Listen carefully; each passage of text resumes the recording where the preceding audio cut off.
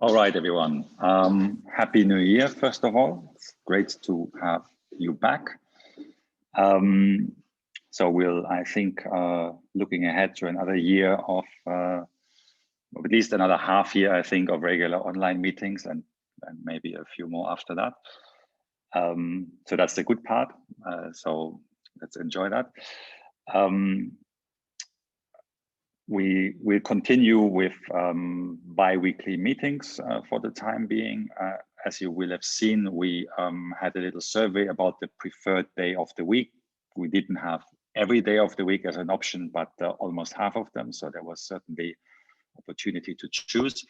And I just checked now, 60 people have filled it in. And actually right now, Thursday, our current day, is the front runner, though it's not by a huge margin. And then Friday and Wednesday is the least popular, but it's also not extremely unpopular.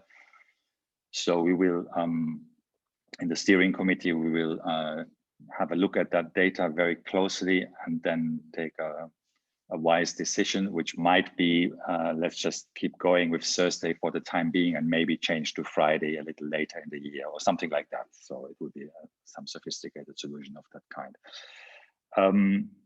Now, today we have two speakers. And while I'm going to introduce the first one, Kate, you can already start sharing your screen. So Kate Larson is Professor of Computer Science at the University of Waterloo in Canada.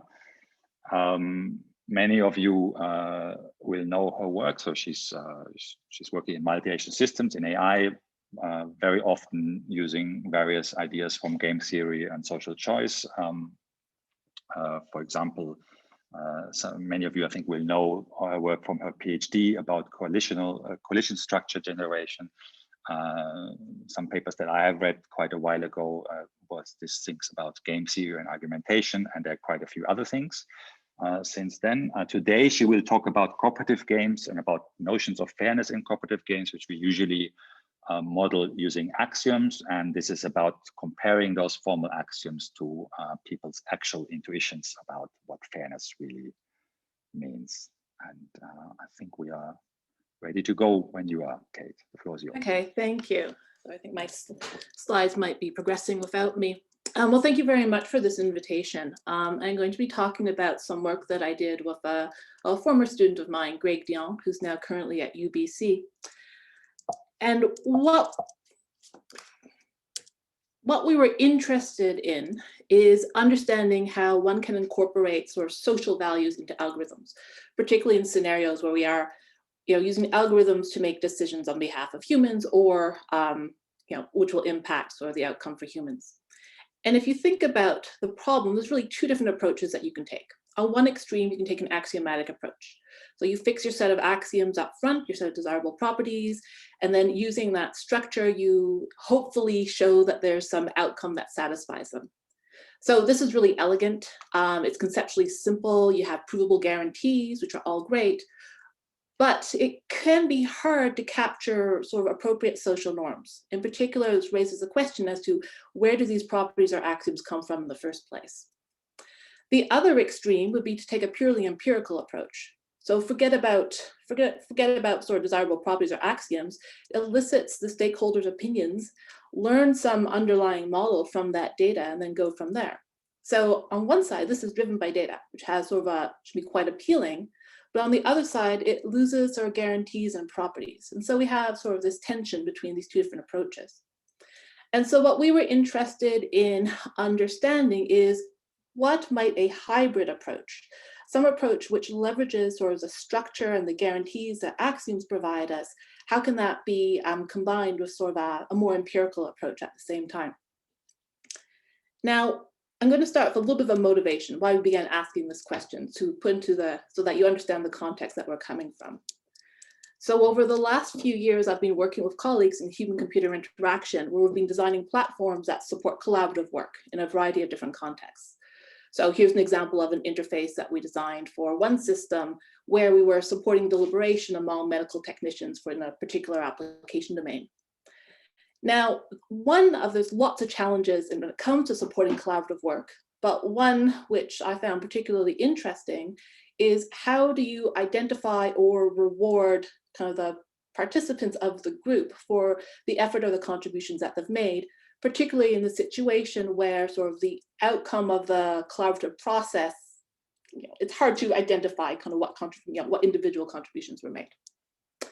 So to better understand that, Greg and I had run a number of studies trying to understand, again, sort of how workers, some mechanical Turk, perceived collaborative tasks, and also the way that they might be paid for engaging in this collaborative work. And what we did is that we looked at different ways of assigning credit or paying individuals for working as group members using different payment or reward division schemes. And in particular, we looked at different lines of literature and identified sort of fair and unfair ways of doing this, and then asked workers what they thought about these different methods. Our overall findings were that while workers were biased in that they always wanted to be paid more rather than less, they were also very perceptive and concerned about issues around fairness. So they wanted to be paid more, no matter what their contribution was, but at the same time, they would recognize if they had been in a group setting and hadn't sort of pulled their weight. Then some of those payments would then make them uncomfortable. So fairness mattered, okay, in these, when we were assigning rewards in these collaborative tasks. But what we didn't understand is what fairness actually meant to these workers. And so it came because we didn't really have a good understanding as to what fairness meant. It's sort of a vague term. It sort of raised the question, well then how should we be going about designing systems for reward division in collaborative settings that are considered to be fair if we know that fairness is important, but we don't really know what fairness is judged to be. And so we decided, for a variety of reasons, to start with a particular definition of fairness. This is coming from the cooperative game theory literature, because there was a lot about the types of tasks that we were designing platforms to support, which had very, very nice parallels with transferable utility games. So in particular, we always had sort of sets of agents. We had some way of evaluating the effort or the worth of a subset of the agents or workers when they work together. So we had sort of a characteristic function in place, and there was typically some underlying structure to that characteristic function. So we typically had scenarios where nobody turned up, and then there was no value, and the F was monotonic, right? So just sort of a nice standard transferable utility game. By thinking about collaborative work in terms of transferable utility games, this then allowed us to leverage sort of other literature coming from the cooperative game theory background. Because, as we all know, that reward division is one of the key questions that arise when we talk about cooperative games, right? So given some particular transferable utility game, you have this idea of the grand coalition or all agents or work, what happens when all agents work together, and then you want to figure out how do you take that value, that worth which is generated by all the agents, and allocate it across the individuals. And in order to do that, we talk about these allocations of reward in terms of values or value functions. Or a value function is simply takes basically the characteristic function of the game and then returns a reward vector specifying what share each individual should get. Now, the space of possible values, or these value vectors, is enormous, right? So we have some sort of minimal properties that we'd like to impose on them. The first one, of course, is efficiency. So we'd like to allocate sort of all the reward that a group has achieved, like to allocate it across all the members, but even that's just not enough structure. And so what people have done is that they have looked at particular axioms or properties which they argue are desirable, and then ask the question, is there a particular value function which satisfies these properties? And the most predominant one, of course, as I'm sure all of you are aware, is the Shapley value. So the Shapley value is, basically each individual's share of the from the group reward should be, basically its average marginal contribution to the system. And furthermore, this Shapley value satisfies sort of a set of axioms, which we can call the Axioms of Fairness for want of a different term. So in particular, there's an efficiency axiom. So all the reward is allocated across all the members. There's a symmetry axiom, equal players are rewarded equally. The null player axiom, so some individual who contributes nothing to any coalition should never get any reward. And then there's an additivity or linearity axiom, which adds a little bit of additional structure to our space of values. And furthermore, in addition to Shapley satisfying these sets of axioms, it's up to the unique value that does so. Right? And so because of this, it's been kind of very, very well studied in the cooperative game theory literature, and it's being used in a variety of different contexts. So the question that we decided to look at is whether we could just take the Shapley value kind of off the shelf, plug it into our collaborative work systems that we were designing, and say, okay, this is the way that we're going to sort of allocate reward or credit across the individuals, and that this is going to be the right way of doing it for the stakeholders that are involved. So we were interested in understanding whether this was the correct thing to be doing. So in particular, would people like this? So we wanted to know if, given a description of a cooperative game, how would people divide rewards between players? And is there a relationship between the Shapley value and sort of these human reward divisions? Now, much to our surprise, this exact question we thought was under-investigated. Inside the cooperative game theory literature, there's been a lot of experimental work, particularly in lab settings, but the vast majority of that, going back to the 50s, has focused on bargaining. So how would individuals bargain with each other in order to divide rewards? And we were not interested in the bargaining aspect. We were just interested in some system that would just sort of take as input kind of the outcome of this collaborative work and spit out kind of how the reward should be divided.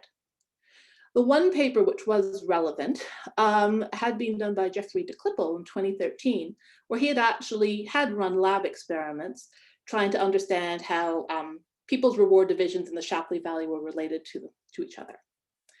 So that was really interesting, but there was one limitation to the work that they had done. All their experiments had used what we were going to call zero normalized games, which meant that an individual working by themselves could receive no reward. They had to be a member of a group.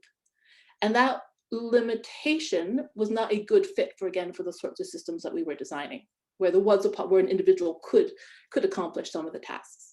And so we were then interested in understanding whether this zero normalized assumption was going to be problematic in, again, the sort of settings that we were interested in.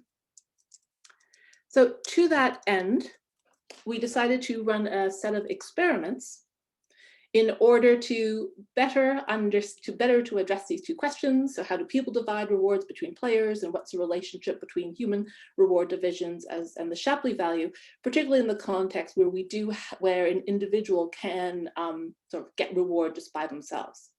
So in particular, how do single player coalitions affect people's impartial reward divisions? And we ran a series of experiments trying to gather data to better understand these questions. So before I go into detail, I want to talk just a second about our experimental setup. We ran experiments on Mechanical Turk. What we did is that across all of our experiments, we had a similar setup. So we told the people we recruited from Mechanical Turk that a little scenario that we had a bunch of people working together on some quest. They were collecting gold pieces, and different subsets of the people working together could collect different amounts of gold pieces. And then given this particular scenario, so basically we presented a characteristic function to the workers. We asked them, what's the right way, or what do you think is a fair way to divide the gold? Now, we did not tell people what we meant by fair, right? We let that be a fuzzy term that could be interpreted in any way that they wished. And then we presented these, lots of these different scenarios and collected these reward divisions. Okay. We ended up with, again, we ran sort of two slightly different experiments. Talk about them in a second. Our first set of experiments, we ended up with about 825 reward divisions, and the second set of experiments, we had over 1,200 reward divisions that we collected. So relatively rich data sets. Now, the first experiment that we ran, we were really interested in understanding the relative importance of characteristic functions that kind of put weight on pairs of players versus put weight on singletons. Okay, and so the question became, well, how do you design an experiment in order to do these comparisons? So what we did is that we chose in advance a target Shapley value. So in the table at the bottom of my slide, we have our target Shapley value was 25, 25, 10. And then we backward engineered characteristic functions with certain properties that were consistent with that Shapley value. The first sort of characteristic function, for example, we designed in this example, we called sort of the solo one, and there that put kind of a lot of weight or a lot of value on the individuals, the singleton coalitions. And then the second, what we call the pair, put sort of all the weight on the pairs, right? The two-player coalitions. Now, these characteristic functions look very different, but what's important to remember is that these games are somehow equivalent because they have the same Shapley value. So the same, these two different characteristic functions should still lead to the same reward division. And then we did this for, lots of different Shapley values. And so here's an example of some of our findings. Again, this is just a subset, so I can refer you to, you can find the paper hopefully on my website, so with more details here. What we did is that we have plotted the reward divisions that we found on these tertiary plots. The red dot in the middle is the equal division, where every agent was given the same reward. The blue dot is Shapley. The black dots are the proposed reward divisions that the people in Mechanical Turk provided to us, and the size of the black dot is sort of a function of how many people returned that particular reward division. So there's just a few things I'd like to draw your attention to. The first was that there were some focal points. Okay, the people did have a strong preference for equal division, which is really not surprising. It's sort of a simple way of just dividing rewards. But there were other focal points. Much to our surprise in these experiments, people were finding the Shapley value fairly often, right? And again, we had not told people about Shapley, but still people could find it. Other focal points tended to be points that were sort of half the distance between the equal division and Shapley, or twice the distance from sort of between equal division and Shapley. These tended to be focal points. But what we found particularly interesting was sort of addressed our question as to whether the structure of the characteristic function mattered. In particular, did these singleton weights on the singleton coalitions change the way reward divisions were being made? Is that we could see that there was a difference between sort of the games which had the solo characteristic functions versus the games that had these paired characteristic functions. And again, these games should be equivalent. For each column, these are somehow equivalent games. The Shapley value is the same, but the proposed reward divisions were different. And in particular, we had the difference was statistically significant. We had p-values or less than 0.001. What we found is that with the pair games, people tended to give more equal divisions as opposed to the solo games. So the solo games, you saw a lot more unequal divisions. And so we interpreted this as evidence that the value of these singleton coalitions is important when making kind of reward division decisions. And so we couldn't simply take the findings of de Klippel, who had ignored the singleton coalitions, and apply them directly to the problems that we were interested in. Okay. So for experiment number 2, we wanted then to focus more on the singleton coalition. So the importance of kind of the weight that's being assigned or that an individual could achieve by themselves, and how that then might affect kind of what were considered to be appropriate or fair divisions of reward of the value achieved by the grand coalition. And again, we ran a lot of experiments. I can only present just a small subset of them. But the main thing that we did is that we looked we again fixed Shapley values and then backward engineered classes of characteristic functions consistent with the Shapley values, where we played around with the way that we were assigning values, particularly on the single coalitions. We also had a bunch of games where we explicitly introduced null players in order to understand how people would react to having null players in these systems.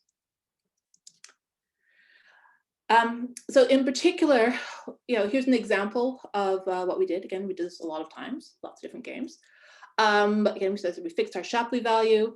We fixed the values for the two-player coalitions and the grand coalition, and then we played around with the singletons, where we put kind of constraints on the singletons saying that they had to sum up to different values. So we had like a sum of 30, where it meant that one agent got 20 and the other two got 5, or a sum of 60, one agent got 30, the other agent got 15, for example.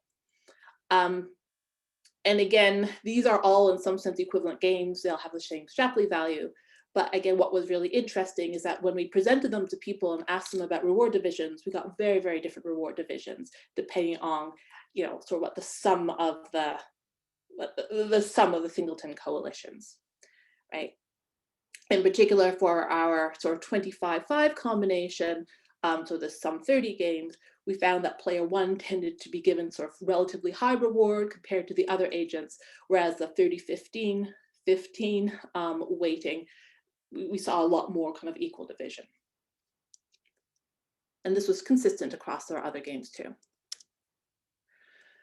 Again, we're interested in null players. So again, we did the same kind of sort of sum trick to, again, sort of like emphasize different aspects of the individual coalitions, but this time we explicitly introduced our null players. What we found, and we actually were not surprised by this, was consistent with, again, with what Decliple found, is that null players tended to be given positive reward. Right? So people were very loath to actually give an individual sort of a 0 reward. There was something to be some value that the individual had turned up in the first place. But because of this, it meant that we were not hitting the Shapley value at all. Right? More often than not, the reward divisions were sort of moving farther and farther away from the Shapley value, depending on how we put weights on the individual singleton coalitions. So from experiment 2, to summarize, reward divisions were consistent, but they were not Shapley, right? And we could steer, depending on how we structure our characteristic function, we could actually steer the reward divisions away from the Shapley value. So we then sat back and we thought, okay, if we aren't doing Shapley, then what are these people doing, right? In particular, what axioms are being violated here, right? Because something's off with the axioms. It's inconsistent with what people's choices are. So can we identify kind of what's happening? So efficiency was actually required by our experimental interface. But then what we did is that we looked at symmetry, the null player axiom, and additivity, and used statistical tests in order to see whether the data that we had were consistent with them. Symmetry was supported by our data. So people were able to identify symmetric players, and then once they identified symmetric players, they gave them equal rewards. Right? So our data supported the symmetry axiom. I'd already hinted at this. The null player axiom was not satisfied, right? More often than not, people would give low rewards to null players, but not 0 reward to null players. And so we were able to sort of reject the hypothesis that the null player axiom was being satisfied. And this is consistent with earlier work that Decliple had also found sort of similar results. Additivity is actually a really hard axiom to check for, because you actually need multiple characteristic functions. You're doing comparison across sort of behavior given multiple characteristic functions. We had designed some of our experiments to actually have this additive structure. And what we found is that there was some inconsistency here, right? So people were not following the additivity axiom at all. There was inconsistent rewards. This was significant in some of our games, some Shapley values. It was marginally significant in some of our other games. but we still feel confident enough to say that this additivity axiom was being violated more often than not by the people. And this was actually in conflict from de Klippel, who had thought that had noted that additivity was actually satisfied in his experiment, so he had a different setup. Now, what does this mean if we step back again and think about how we might be designing reward division schemes for collaborative work on these online platforms? So we know that efficiency and symmetry were consistent with the proposed reward divisions that we had, but those two properties alone don't put enough structure on our outcome space, right? There's still too many ways of computing kind of values which would satisfy efficiency and symmetry. So we do need some additional structure here.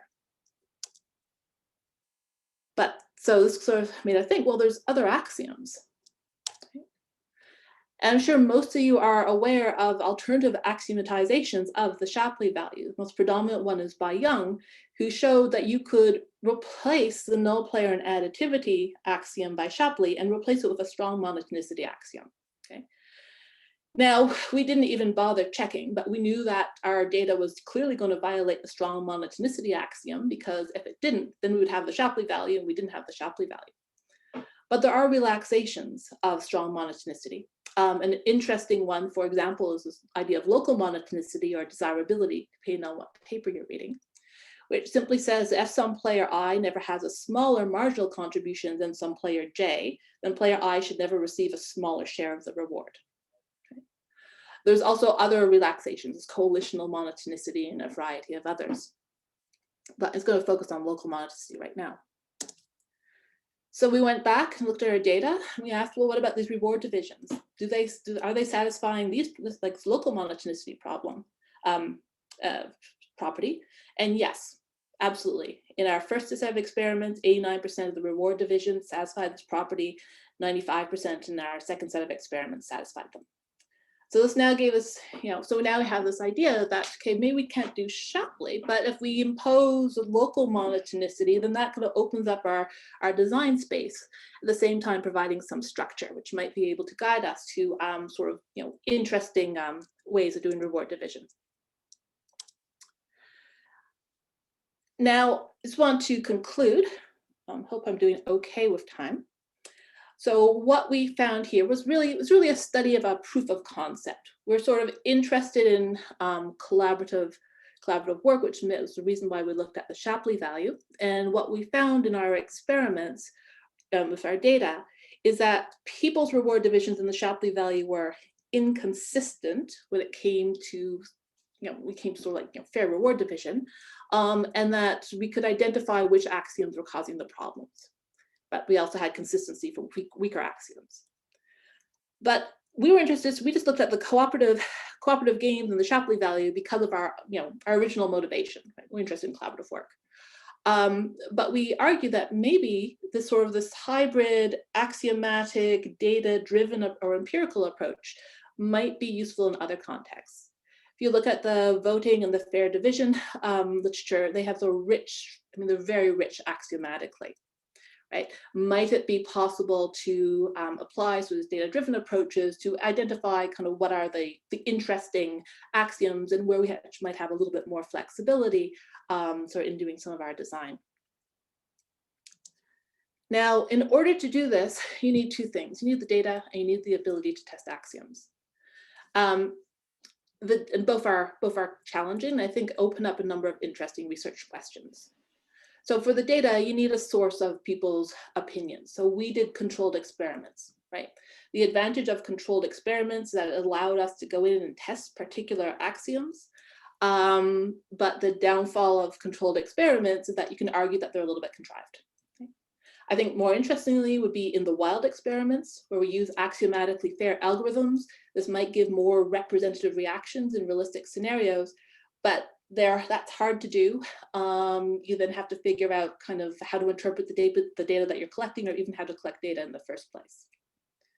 On the testing axiom side, we were doing something very simple. We were just counting violations of the axioms. Again, this was very clean. It allowed us to run sort of standard statistical tests. but I think that there are other interesting ways of doing this. In particular, it could be fascinating to try to quantify how drastically each axiom has been violated. So we have like the null player axiom. Our data said it was being violated, but maybe it wasn't being violated that much, right? Maybe people were happy to give kind of null players epsilon amount. Maybe there's some way of actually sort of quantifying that. And I think sort of the development of rigorous tools for quantifying and better understanding axiomatic breakdown, sort of in the style of like Alguier's Shapley error decomposition, could be kind of an interesting sort of research direction. Okay. And so I'd like to thank everybody, and I'm happy to take questions if I have a minute or two. Thank you very much. So let's first of all unmute ourselves and for a round of applause.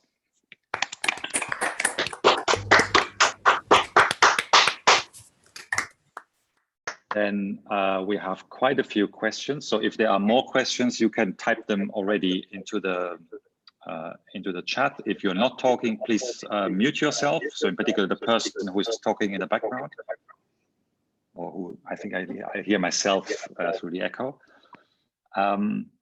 And you can either read the questions or if people want to ask them through the mic. So Bill was first. Do you want to ask in person?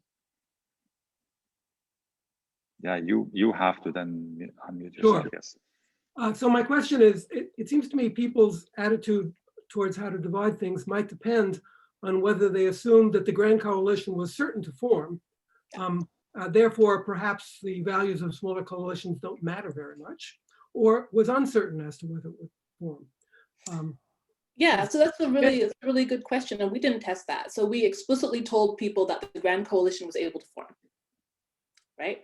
And you know, I don't know what would happen if there was uncertainty as to whether that could be accomplished or not. But even with people being told the grand coalition was going to form and they could together achieve kind of this group of value of X, they still seem to care about what an individual by themselves could contribute by, you know, what an individual's contribution might be. Yeah, right. But we need to run more experiments. We have a lot of questions, not a lot of time, so let's try to get through as many as we can. Gabrielle, do you want to ask directly? Sorry, it's just a simple question. I mean, you have not normalized the standalone value to 0. And you may have a framing effect because your value singletons were very different. Yeah. And so it's just a simple, very simple test, which is even I mean, less demanding than additivity. Yeah, so I can talk forever about all the things that we hypothesized and it didn't turn out. So we are convinced that there must have been some framing effect. We did play around with some sort of very smaller experiments where we did try normalizing and so on and so forth. And we couldn't say anything that conclusive. But we are certain that people were focusing on those we're using those single value coalition values to, you know, kind of frame their responses in other settings, but we couldn't figure out what the model might be. But yeah, framing is, I'm quite confident is going on here. Then Hardy is next if he's there. Yeah, yes. I'm here. So my question is really about the experimental design. And so I'm just wondering, how do you think the effort or lack thereof would impact the decision of the participants? I mean, there's a large body of literature saying that people overvalue things that they participate in. But in the experiment design that at least you talked about, it's more like a fictional kind of scenario rather than an actual. We're doing impartial evaluation, right? So they had not been participating in this set of experiments. The people doing the reward divisions had not participated in the activity. Now, we had done on a paper that I mentioned very quickly, but I did not talk about here. We had run experiments on Mechanical Turk where we did fair and unfair reward division in order to pay sort of mechanical Turkers, where the amount that we were telling them that we would pay them was they had done the job, right? They had been audio transcriptions, they had actually been, working on those.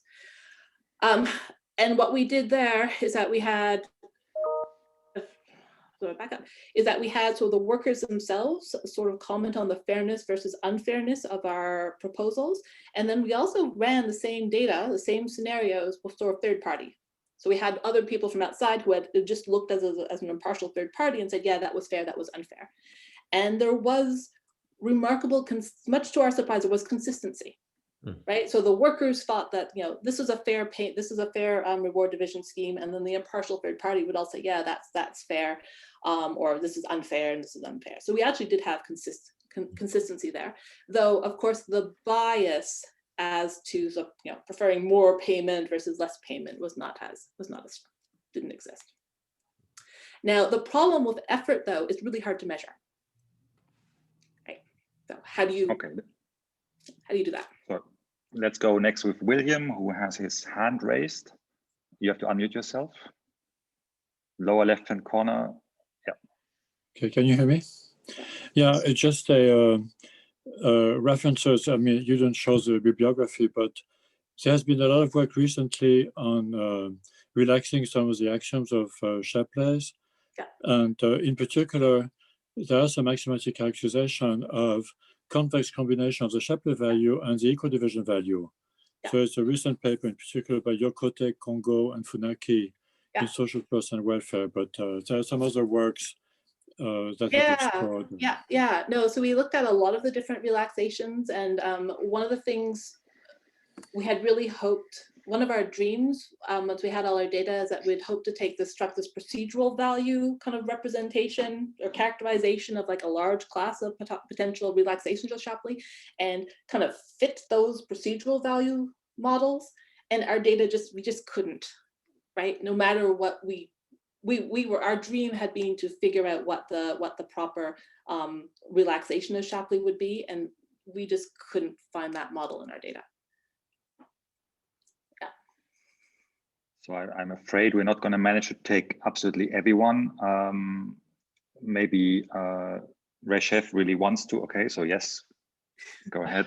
Hi, thanks, Ulle. Well, that's kind of my regular question on such behavioral experiments. So what if there's not like one model, but several models, and I don't know, different types of people? So did you even like track multiple decisions of the same person? Yes, we did. Yeah, and there was consistency there. So for example, we could identify, like in the null player experiments, I didn't mention, it was on the slide, but I didn't go into detail.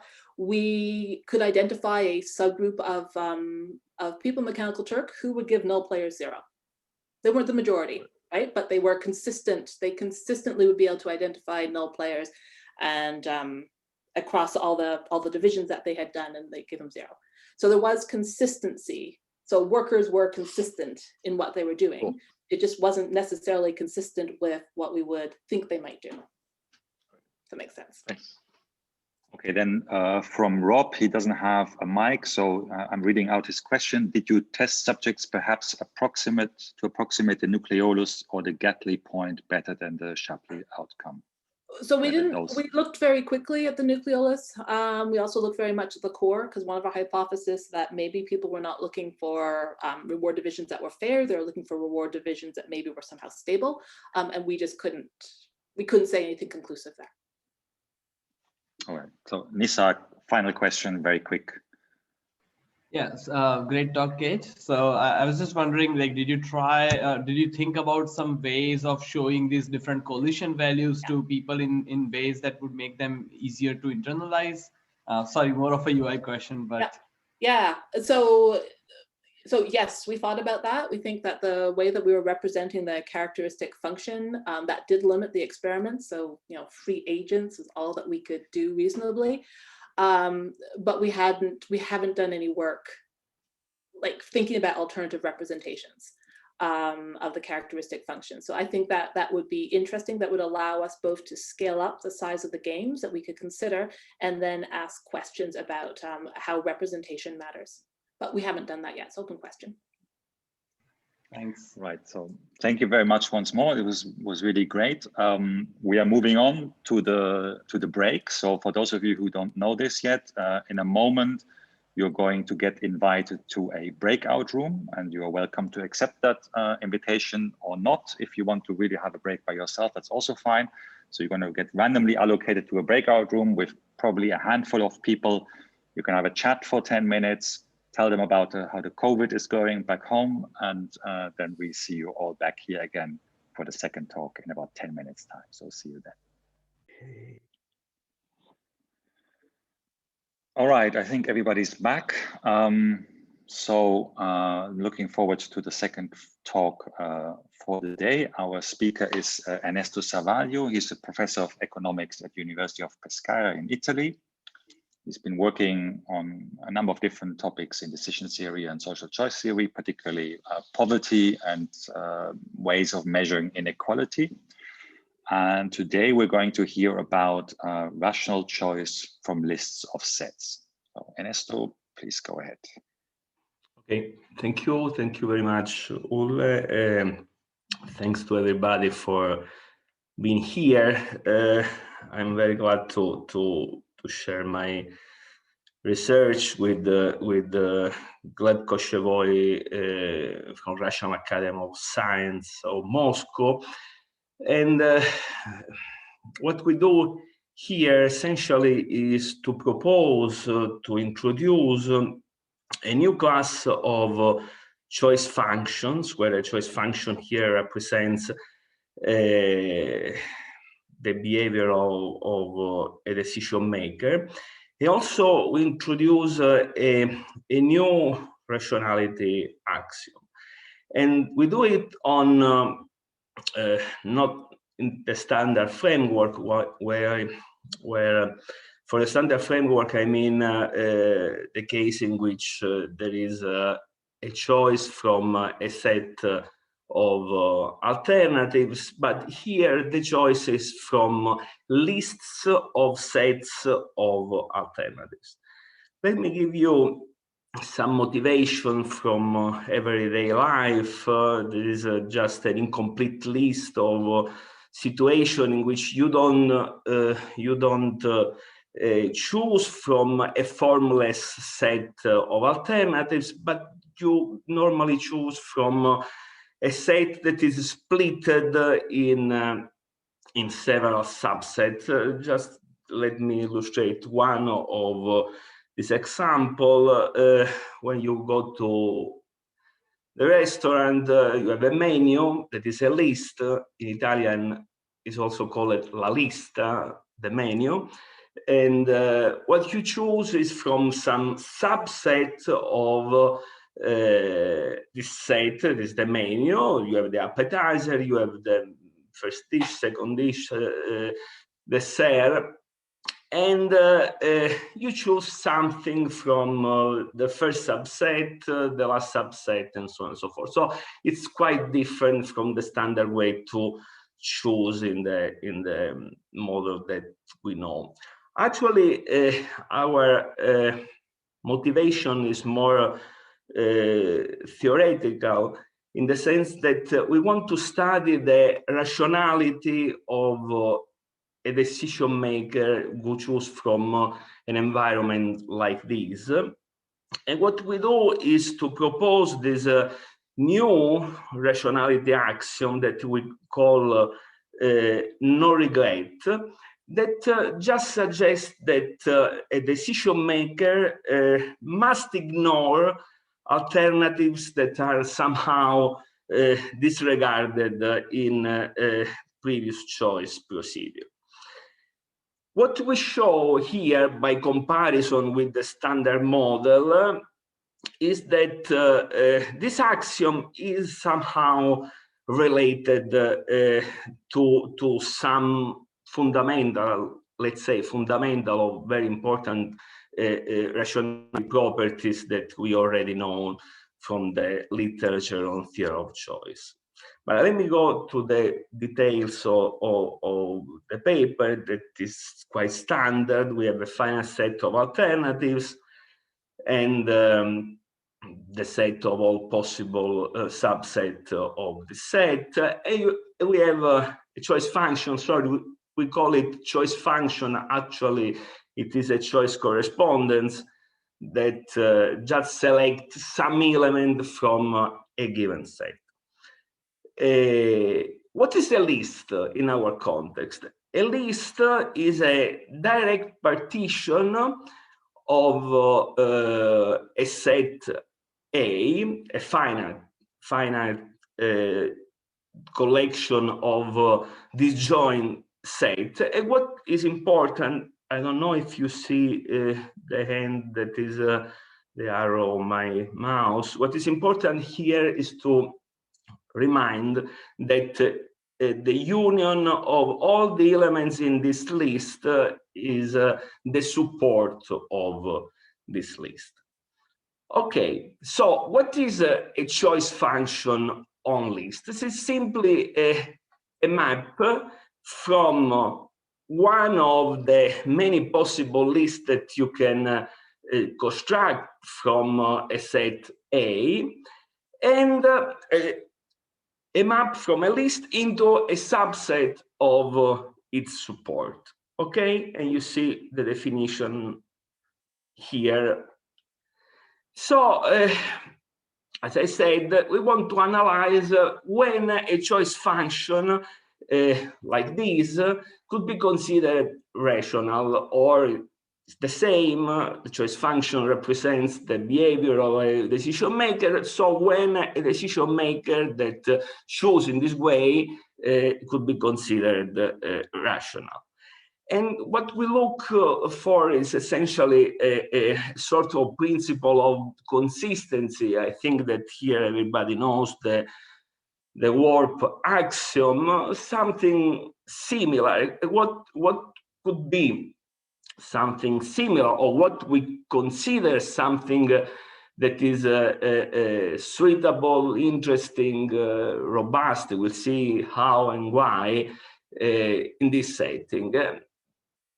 Is the following rationality principle, a principle that say when you choose, you disregard some alternatives because you consider them worthless for your choice problem, useless for you. So, I mean, if you disregard them, you do not consider them anymore.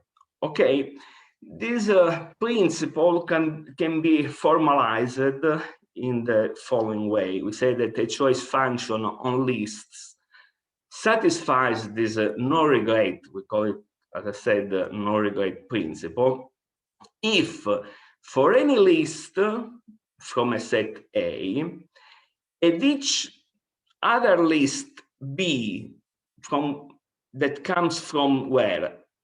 Simply, this is the support.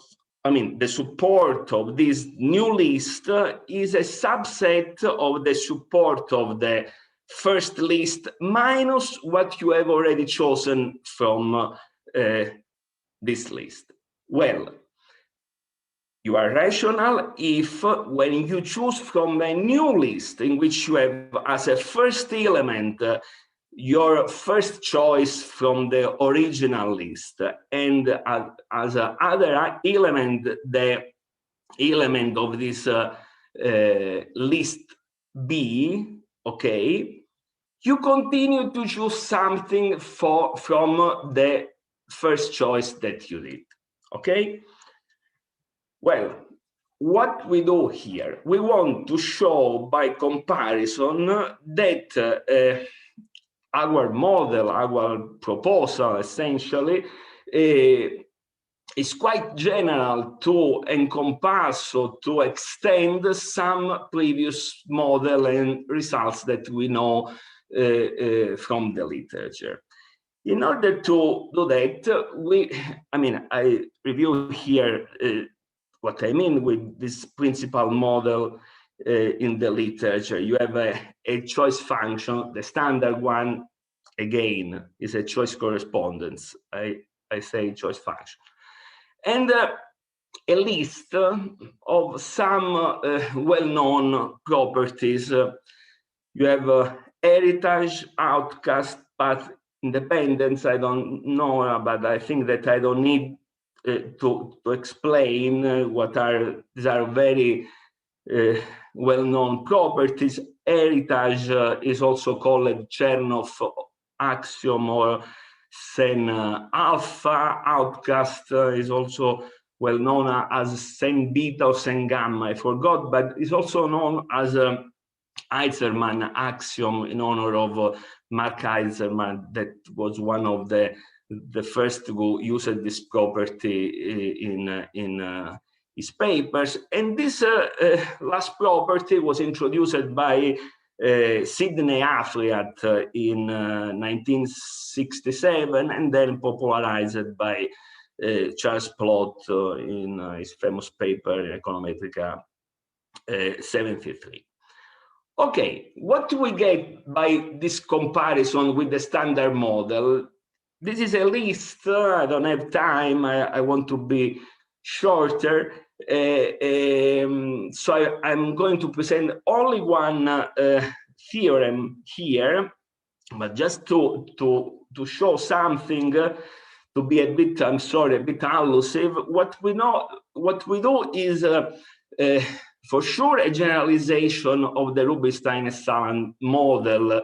Rubinstein and Salant in Theoretical Economics 2006, they studied the rationality of decision maker who choose from lists of alternatives. We have a list of sets of alternatives. And then here a standard exercise that we do is the following. Essentially, we model, we modify, we specify this class of function. We modify and specify the axioms, and by miracle, no, it's not a miracle, by proof, we show that in this case, our axiom, for instance, coincide with the outcast axiom. Or in another context, if our choice functional list is induced by an hyper relation. What is an hyper relation? It's simply a binary relation on sets that fulfills some compelling properties. Which one? For instance, the union property. What is the union property? The union property is the property that says if A is, let me say this way, A is better than B, A is better than C, A is still better than both union, so union, both the two worst sets.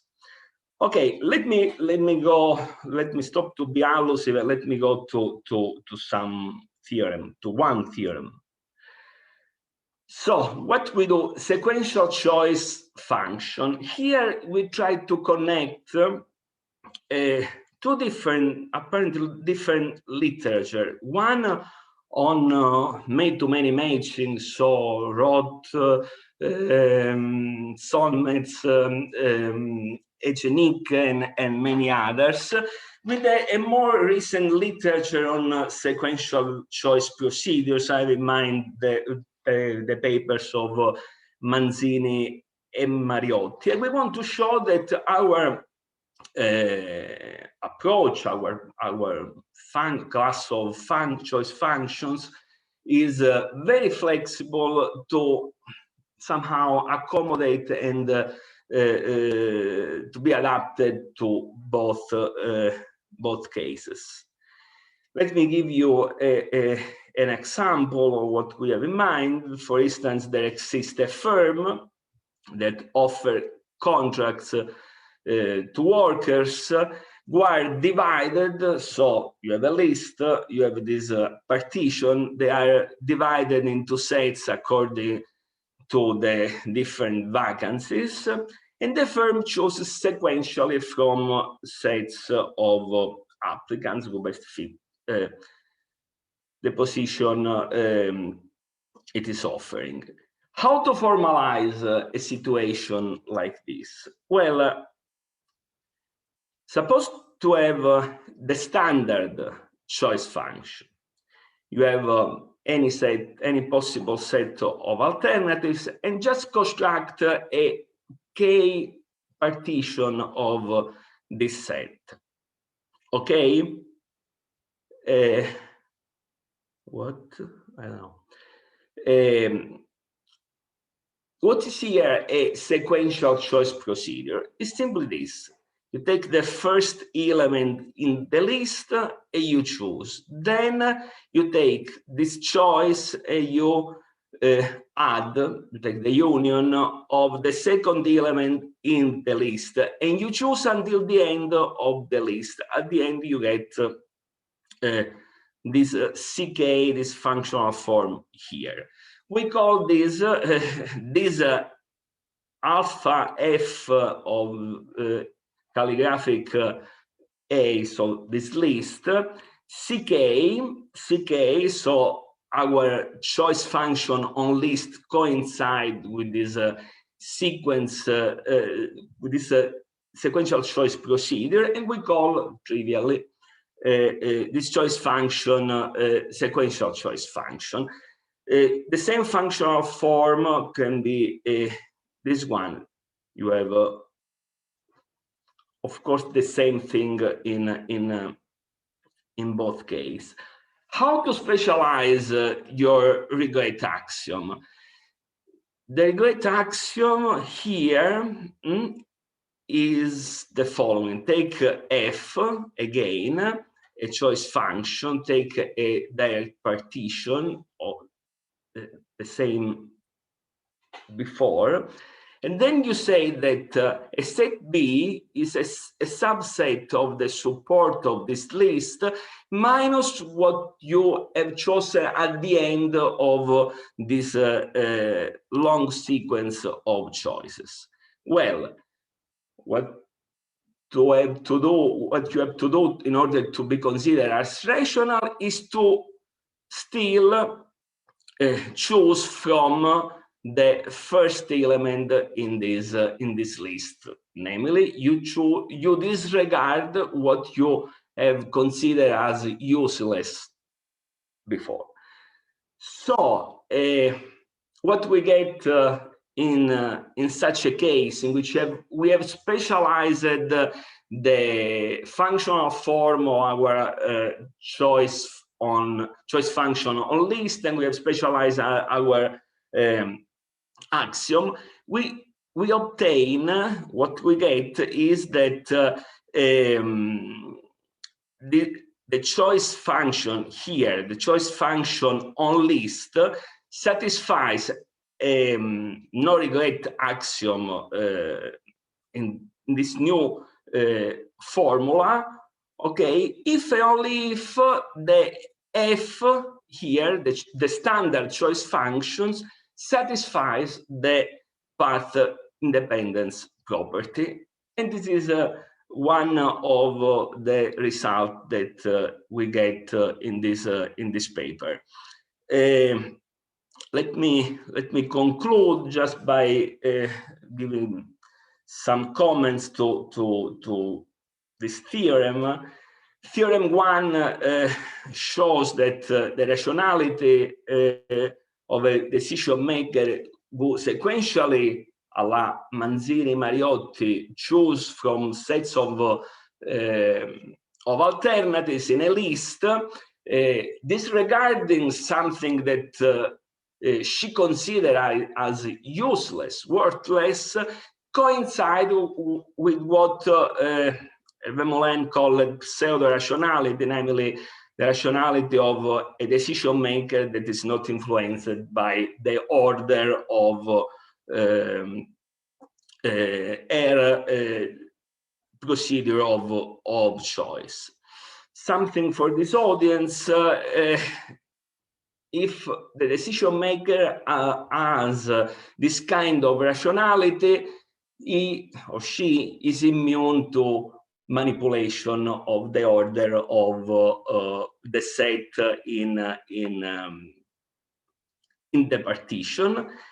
And if you want to limit the contribution, the value, if any, of our result, this theorem, the only theorem that I presented, could be considered a new characterization of this quite important, quite large class of choice function first proposed by Sidney Affleck. But the main message that I want to sell you is that in any case, the no regret axiom in its general formulation could be interpreted, just in this case, but trust me, I'm sorry, the time is short, could be interpreted as could be considered a generalization of one of these fundamental rationality properties that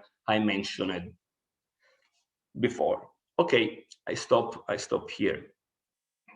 I don't know if Thank you very much. Timing was perfect. Let's go for a round of applause. Please unmute yourselves.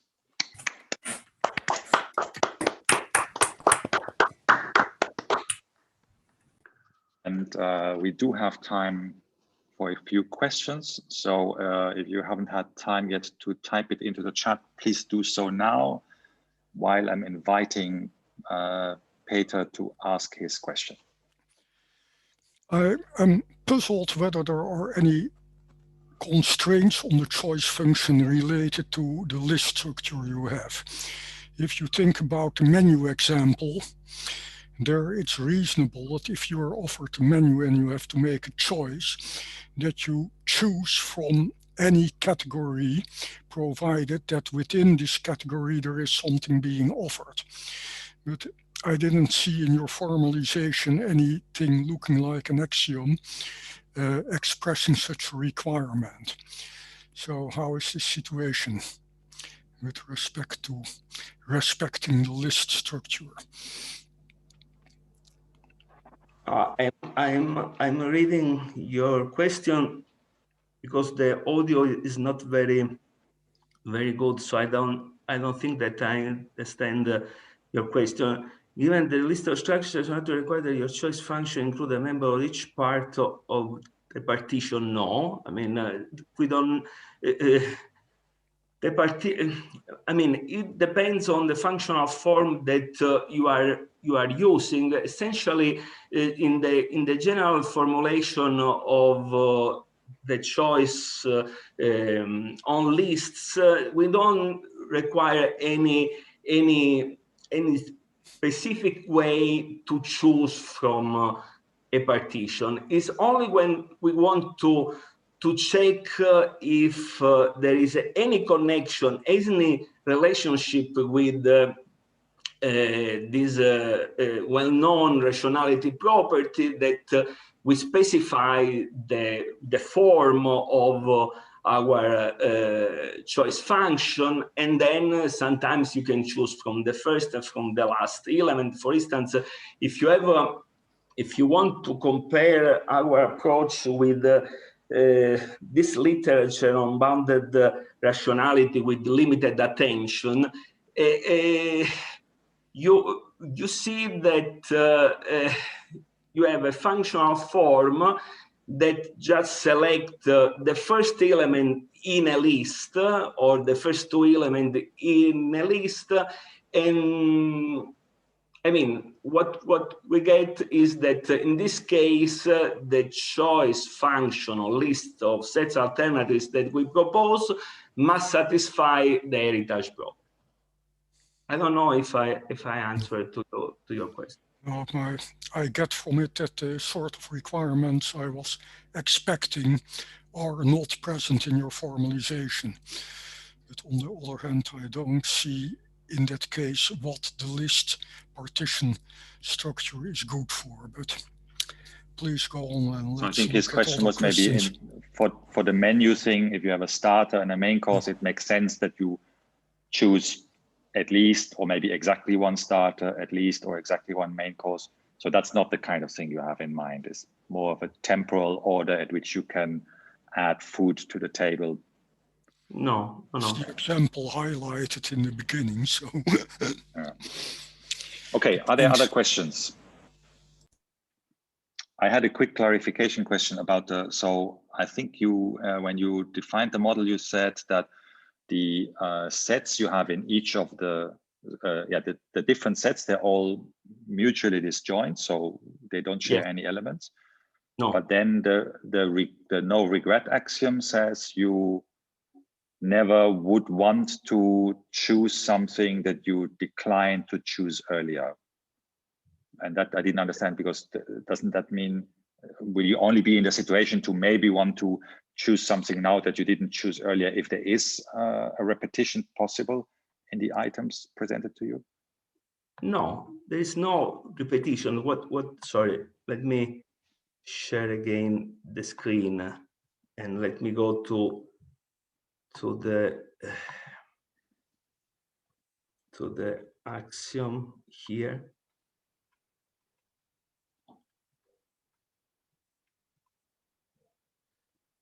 Okay, the axiom says, take a list.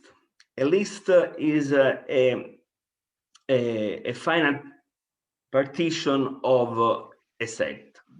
Choose from this list. I don't know how you choose. I don't know. I mean, maybe sequentially, maybe in a different way. You start with the first element and then you go to the last. We don't know and we don't care. Well, to be considered rational, what you have to do is that if you take a list that is already there, but it's something that you erase, that you disregarded because it contains elements that are useless for your choice problem. Well, if you take this list, okay, in a new step of your choice procedure, you still continue to choose from what you have chosen at the first step, namely from what you have chosen from the original list. But this list, the list B, contains elements from the list A that are just disregarded. If you want, in terms of the example of the restaurant, when you, of course, is a specific way to choose, is an example.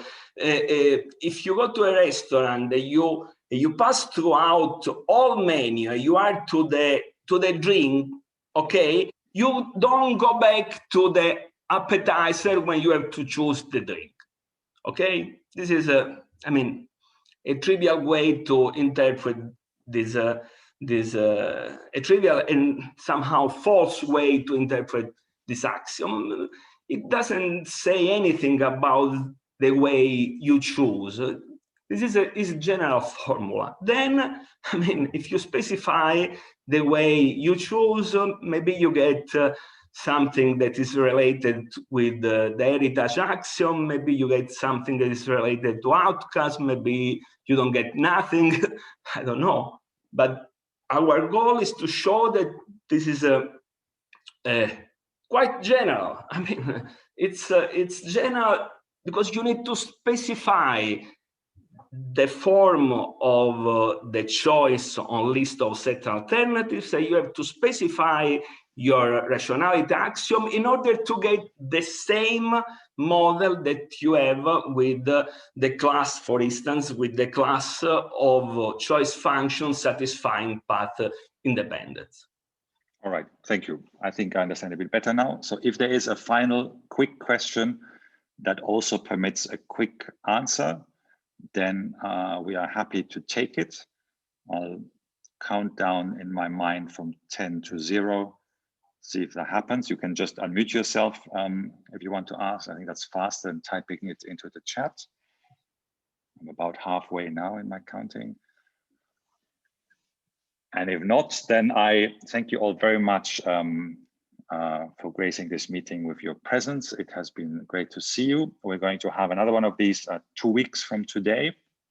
Speakers will be Silvia Papai and Umberto Grandi, and I'm very much looking forward to that. And have a good rest of the week, and see you soon. Bye-bye. Bye. Thank you. Bye.